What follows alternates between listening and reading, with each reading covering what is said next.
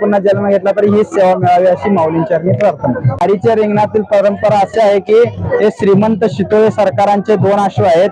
एकावर माऊली स्थानापन्न झालेले असतात व एकावर वारीतल्या रिंगणाचा भाग होणं म्हणजे तुमच्यासाठी काय आहे? वारीतल्या रिंगण म्हणजे पालखी घोड्यांची काळजी कशी घेतली जाते वारीच्या दरम्यान? घोड्यांची काळजी म्हणजे पालखी निघण्याआधी 1 तासभर आधी वारीच्या दरम्यान आहार कसा असतो? वारीच्या दरम्यान त्यांची कोणत्या ठिकाणी रिंगण असते? माऊलींच्या पालखीचं चांदोबाचा लिंब येते पहिलं उभा रिंगण होईल. त्यानंतर रिंगण म्हणजे काय माऊलींचा अश्व आणि स्वाराचा अश्व हा पालखीच्या विरुद्ध दिशेवरून सोडलं जातं आणि पालखीला प्रदक्षिणा करून परत ते अश्व त्यांच्या जागी येतं. पालखीचा तंबू काढून पुढे नेऊन ठोकणे सर्व शितोळे सरकारांच्या आधिपत्याखाली चालत असते. रामकृष्ण हरी मंडळी, आज आपण आषाढी एकादशीसाठी रिंगणासाठी मानकरी असणारी घोडी ही 2 पाहू शकता. त्या 2 घोड्यांचा प्रवास आणि त्या मालकांशी थोडीशी कशा प्रकारे त्यांचा प्रवास असतो ते संपूर्ण जाणून घेणार आहोत. रामकृष्ण हरी. रामकृष्ण हरी. तुमचं संपूर्ण नाव सांगा आणि गाव कुठून आला? अक्षय परीट, अंकली, तालुका चिकोडी, जिल्हा बेळगाव, राज्य कर्नाटक. तुम्ही घोड्याची सेवा ही किती वर्षापासून करत आहात? मी अश्वांची सेवा ही 15-20 वर्षापासून करत आहे. या घोड्याचं प्रशिक्षण कसं घेतलं जातं?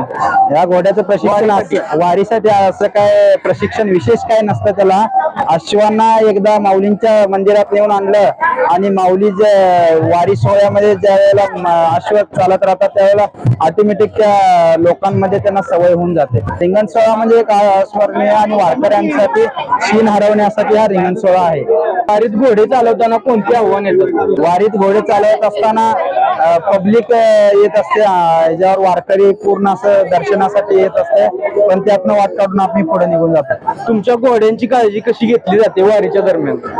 घोड्यांची काळजी म्हणजे पालखी निघण्याआधी 1 तासभर आधी त्यांना स्वच्छ धुतलं जातं. परत त्यांना खाणं पिणं पाणी व्यवस्थित आहे का बघून मग अश्वांना सजावट करून मग पुढे हे करतो. वारीच्या रिंगणातील घोड्यांबद्दल काही खास परंपरा किंवा कथा आहेत का? वारीच्या रिंगणातील परंपरा अशी आहे की हे श्रीमंत शितोळे सरकारांचे 2 अश्व आहेत. एकावर माऊली स्थानापन्न झालेले असतात व एकावर शितोळे सरकारांचा जरीपटका घेऊन अश्वस्वार असतात. पालखी निघण्याआधी हे अश्व पालखी दर्शन घेतल्यानंतर पालखी पुढे मार्गक्रमण करत असते.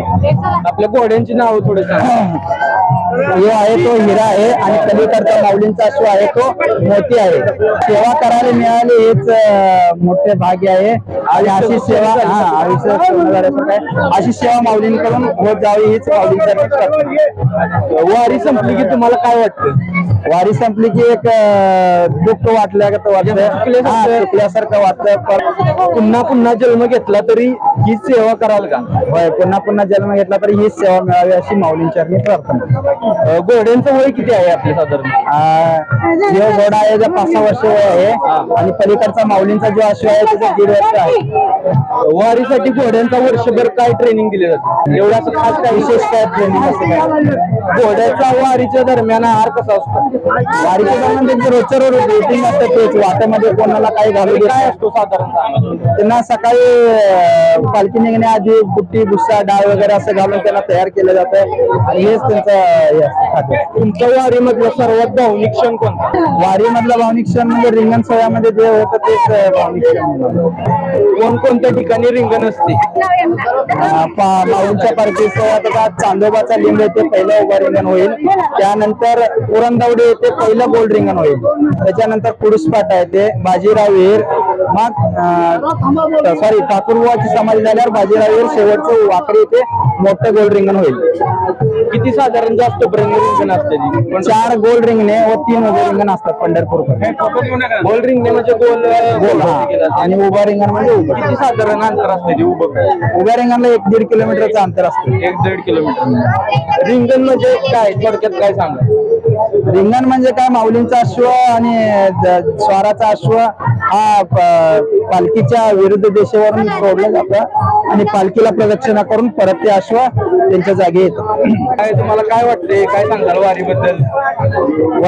वारीबद्दल शब्दात वर्णन करण्यासारखं काही नाही, सर्व अनुभवल्याशिवाय काय वर्णन करण्यासारखं आहे. साधारण किती माणसं लागतात या 2 घोड्यांसाठी, म्हणजे किती वारकरी तुमचा ग्रुप?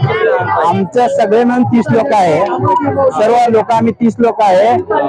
माऊलींचा अश्व आणि माऊलींचा रोजचा मुक्काम जो असतो तो आमच्या शितोळे सरकारांच्या पालावर असतो. त्यासाठी 20 पोरं लागतात आणि इकडे 7-8 पोरं असा 30 लोकांचा ग्रुप आहे. तुम्ही दररोज आपलं करून ते रोज पालखीचा तंबू काढून पुढे नेऊन ठोकणे सर्व शितोळे सरकारांच्या अधिपत्याखाली चालत असते. धन्यवाद साहेब तुमचा रामकृष्ण हरी. माहिती दिल्याबद्दल. रामकृष्ण. रामकृष्ण.